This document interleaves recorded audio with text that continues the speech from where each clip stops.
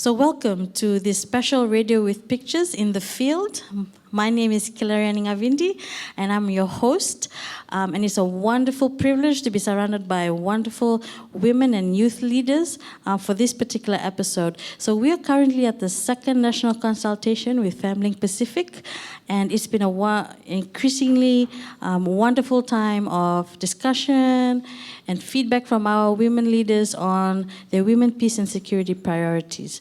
And so for this particular three-part series, we're focusing on women's economic empowerment and experiences, as well as, of course, being graced with the presence of our very own youth leader and male advocate, as well on his experiences. So in the studio today, I'm joined by Ms. Marietta Tangiwaktini, who's the secretary with the Lambasa Market Vendors and Farm Association. Thank you for coming, Marietta. We have Varani Sese Mai Samoa, who's the president with the Rakiraki Market Vendor Association. We also have Yasmin Khan from the Al Madina Women's Club. She's currently the president and also the president for the Active Women's Forum and treasurer for DCOS Nandi. And we're particularly happy to be joined in the studio today with, or rather by, Mr. Adriel Dat. So Adriel Dat is from the Nosori Central Division Network, a male advocate who keenly supports his very own sister, Kajal Dat, who is also part of our same network in the Central Division. So it's wonderful to have you all here today. And to spearhead this conversation around women's economic empowerment, I'm graced with the presence of market vendor women who have been doing incredible work in terms of supporting their families, and also with Adriel, who does a lot of work too around youth empowerment. And so to kickstart our conversation this afternoon, I wanted to ask you, ladies, Adriel, about what is your perception as a woman or youth leader when it comes to the challenges that you face with regards to earning an income or starting a business. If you could share a little bit about that and also link it to what you're currently doing as well. So, Adriel, would you like to kickstart this? Thank you. So to start off with, I'm currently a student in Nambua Matua program. I'm studying there in Form 6. So I was introduced into this organization by my sister, Kajal. I never knew actually what was happening in family. I never knew this name. When I joined this organization, when I started to come here, I learned more about these organizations, about how the world and these women's facing problems and how they're going about. So the very first thing I'm going to say is the unemployment rate. Due to people who do not have enough studies, for example, their family, they have no support. Their parents are low-income earners. They do not support their children to study. So for these reasons, some of the people, the youth, they do not study and they are unemployed. So basically, yeah, they are unemployed, and even if we go to any organization or business, they require higher degree level qualifications, which some youths do not have. So there are jobs available, but they do not require any skills and they do not need any qualification. But the problem is that with that, they are not able to provide everything for their family and themselves. Thank you. Thank you, Adriel. Yasmin? Yes, I'm Yasmin Khan, and I'm a mother and a grandmother. I have got 5 of my kids with 6 grandchildren, and I have advocating them about income generating and violence against women and girls. I have tried to teach my sons to respect women and their sisters, and not only their sisters, but other women as well. And the biggest challenge we face these days is the weather patterns. For our income generating projects, we are mostly farmers in our area, and changing weather patterns have really affected us. You know, too much of sun it rots the crop. And too much of the rain, it also rots the crop. So it is actually a God-given, it's a God-given thing. We can't do much about that, but still we are trying to combat that one way or the other. Thank you, Yashmin. That's actually quite relevant, and it's wonderful to hear back from you, especially with regards to, firstly, as Adriel mentioned, just the rising cases of unemployment, how that's impacting and becoming an intense challenge and barrier, and then, of course, the changing weather pattern Yashmin mentioned. We'll now move to Varanisese. Thank you. As a woman leader, one of the biggest challenge we face, like for market vendors, we are business women, and we work with the community we work with our community on our own time or as on a volunteer basis. That is one of the challenges I face, especially as a market vendor. In a business, time is essence. So when I leave my business and I go about to do my work as a community worker, to serve people in my community, that is one of the biggest challenge because we don't got pay for the work we do. We do it for the love of others. And as a woman, one of the biggest challenge as a women market vendor, is the safety and security of the workplace we work in. Most of the times, as you may well know, most of the markets in Fiji are not really safe for women. In terms of security, in terms of health issues, in terms of child-friendly, because most of these women market vendors take their children to the market, as it is their obligation. So these are some of the biggest challenges women market vendors face in Fiji that slow their income earning. Thank you. Thank you. Thank you, Brian. We'll hear from Marata now. Thank you. There are different challenges any woman will always share. And for myself, as a market vendor, most of my life, I was just a simple housewife. I finished my education at a secondary school level, and with that, I don't have any business background. I come from a sugarcane community, and to start up a business, for me, was really a great challenge with what I faced in my home or with my family. And with that challenge, I tried to make a stand and move forward without looking back with what I'm going through. And I began my journey as a market vendor. And the support I have with my family was not there. But I kept on. I fell, then I tried to stand and keep on trying. That motivation that was instilled in me helps me to go through with what I'm trying to achieve. And as my sister shared, as market vendors, you have to be at your stall all the time.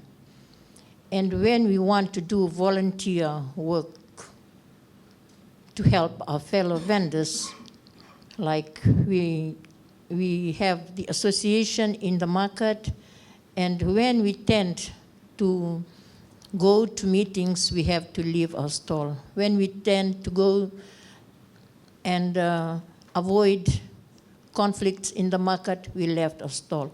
When we left our stall, we have lost with us the produce that we are supposed to buy or to sell. And that is really a challenge with the business we are in as market vendors. And I thank FamLink for allowing the space so that we can have that knowledge and be empowered as women that we can do it. Thank you. Thank you, Marata. Always encouraging to hear back from our community leaders about not only the impacts of the incredible work that you do, but also the challenges and the barriers, because it means that we're creating visibility on the issues that you are facing, and in that way, creating the space to dialogue it out and also talk about solutions.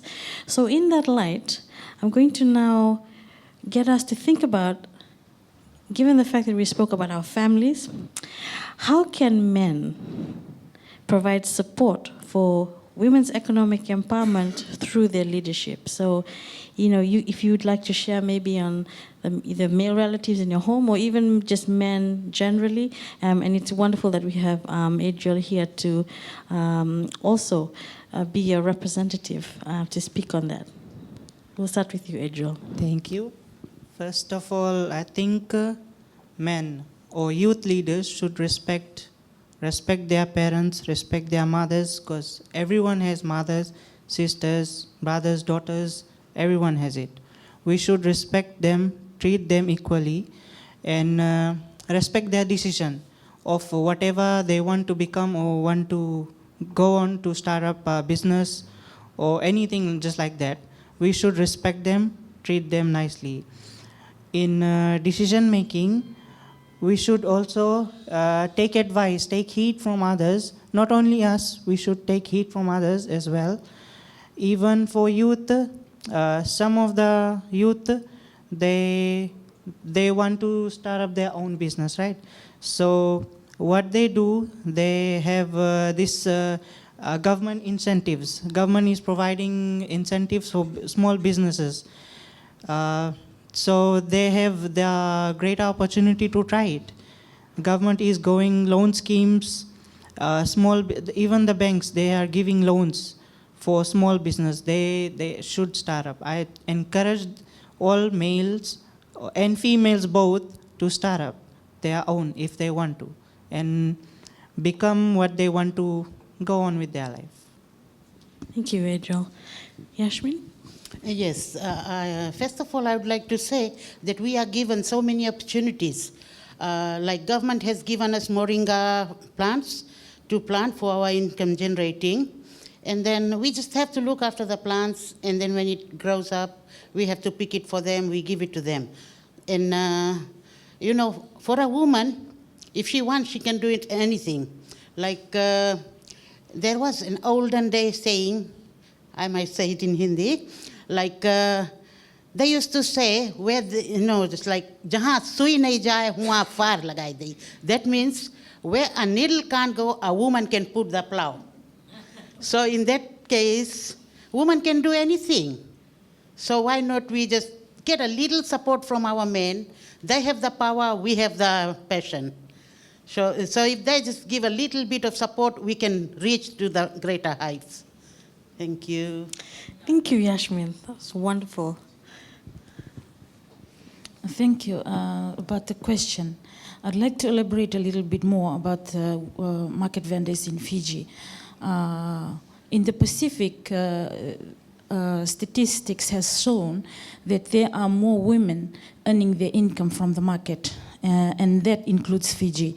In Fiji, 80% of market vendors all around Fiji are women. And for women business to thrive in this informal sector, it needs a lot of support from our husband or the male from the community. So for male to stand up and advocate for the women who does business in the market, that is empowerment in itself. And if there are male in the family that support us in the work that we do, that will be very encouraging for the women, for the ladies who make their living from market. And I'd like also to mention that market vendors in Fiji are responsible for the $1 million of turnover in our economic statistics. So to have the support from male members of our family or our community to support the market vendors or the women market vendors, that will not only be an advantage to the family, to the community, but also to the country as a whole. Thank you. Thank you. We really need the support of men in whatever field we are in. And with us, small business women, men should not look down on the level of education of a woman, on the business that they are doing. As market vendors, we tend to be looked down at by men. And men should change that mentality totally and have respect to women, that they can achieve something that benefit the whole family and, of course, the whole nation. Thank you.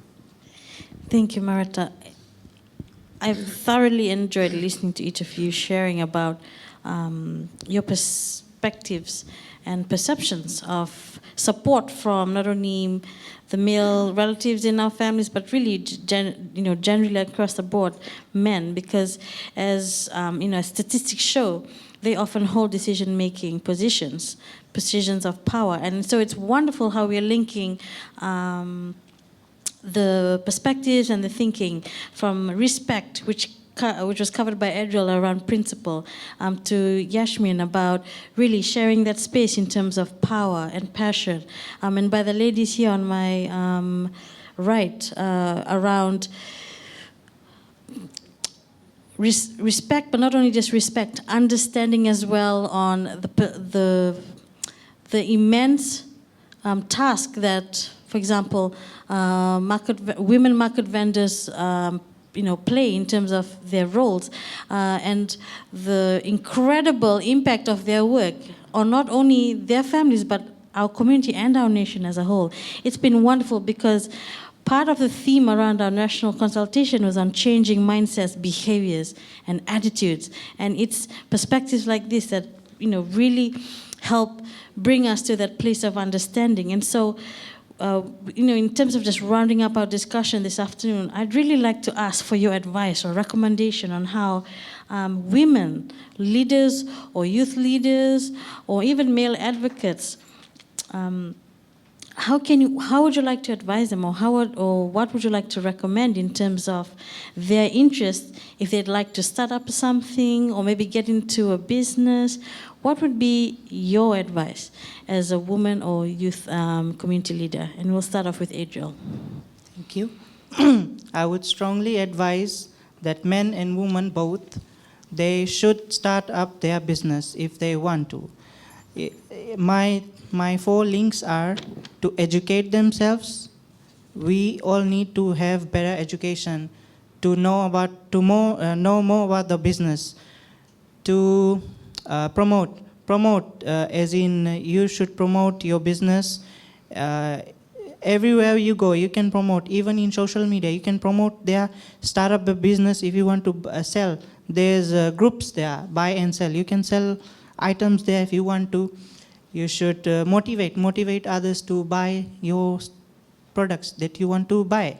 And even for your products, motivate others as well as more family members to help in, to gather everything around them to make everyone work for it. Promote and to create awareness.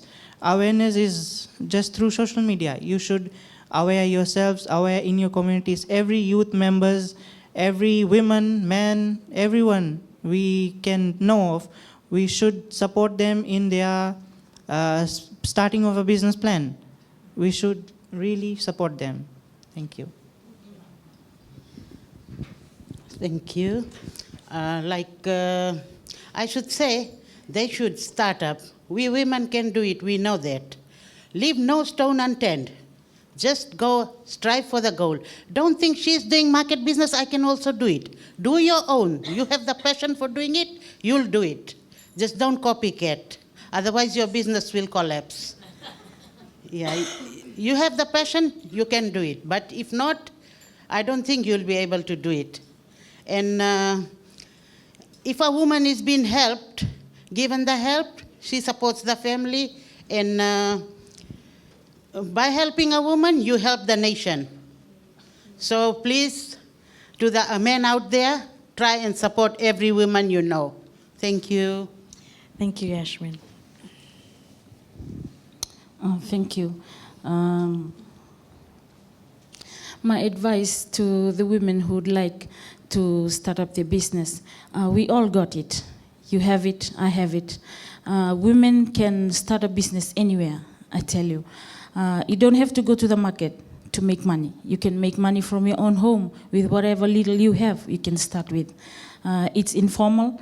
You are your own boss, your own accountant, so you can do it. If we can do it, you can also do it. A little bit about the market vendors and the business that we do. I would like to encourage women to, if you can come down to the market that you're close to, if you wanted to start your business, and talk to the councils or talk to the association that are there in your local market. And I'd like to say, fix your goal and set your priorities and go for it. Thank you. Thank you. Doing business is not hard. You can do it, as my sister had already said. I, for one, started my business because I was being inspired by my cousin sister, who was a money lender. So I started my business as a money lender. I don't have any qualification or any business background or anything about business, because my husband was working, and in the 2 weeks he got his salary. Myself was only home. I've already said that I was just a simple housewife. Everything a housewife does, I did it at home. Yeah. And I never, in my mind, think outside that box that one day I'll be a businesswoman. My business collapsed. Why? Because, you know, whole of my life, I don't sweat for money. My husband sweat for it. And my job was just to spend. I'm good at spending. And when people come in to have a loan or to borrow money, I just freely give. Not interested in their card, but I was just interested to go. At the end of 2 weeks, they have to get my interest. And then my business collapsed, and I tried to be a handicraft vendor. Because of the traditional obligation that we E03 used to have, I was facing with lots of challenges when running my business. I started my business in 2015, and in that year, my mother died. And while we just buried my mother, my elder sister died just few hours after we buried my mother. She got high blood pressure. And then in 2016, I tried to go up the ladder again. Then in 2017, my elder son passed away in the sea. And we didn't plan for it. But I have to spend whatever I have been saving in my business to my son. And that was the trend that I was facing until this year my husband passed away. And with what I've saved, I have spent it on this traditional obligation. But I want to challenge the women or those who want to start business. You can do it, whether you are well educated or not, whether you have the money with you on hand or not, because you can use your talent. As long as you have the talent, the skill, and that motivation that will inspire you that you can do it. You don't have to look at those who have the business people. You want to reach there, but you have to start. Start from the bottom, then you will climb up that ladder. And that's what I want to challenge on those who want to become businessmen or businesswomen. You can start if you have that passion, that motivation, that inspiration in you to do it. Thank you. Thank you so much, Maretta. Just incredible recommendation and also personal challenge going out to you as a woman leader, wherever you are, as a youth community leader, wherever you are. It's quite obvious from our conversation and our dialogue today that change begins with you. It all comes down to attitudinal, behavioral, and mindset change. If you can make change in that place for yourself, then nothing is impossible. And as a forum, as an organization, FemLink Pacific is honored to have you as women and youth leaders here to share with us your perspectives on women's economic empowerment and to know that it's not impossible for anyone. It's possible. It's possible for you, for Adriel, who had shared on her experience as a student working towards qualifications, for Yashmin, for Varanises, and for Maretta, as women, current women market vendors who are actually doing this work. It comes with its fair share of challenges. That's something you should be ready for. But at the same time, it also comes with incredible impact, not only for your family, as we've heard, but for your community and, of course, for the nation. So we are recognizing you today as not only leaders, but key implementers and role players in the community. And so with that said, thank you so much, ladies and gentlemen, for joining me for this special edition of Radio with Pictures. If you're in Suva or Lambasa, please tune into FemTalk 89 FM for more on this conversation or the previous episodes as well. Or you can visit FemLink's SoundCloud page for podcasts. But thank you, viewers, for joining us, and we'll see you next time.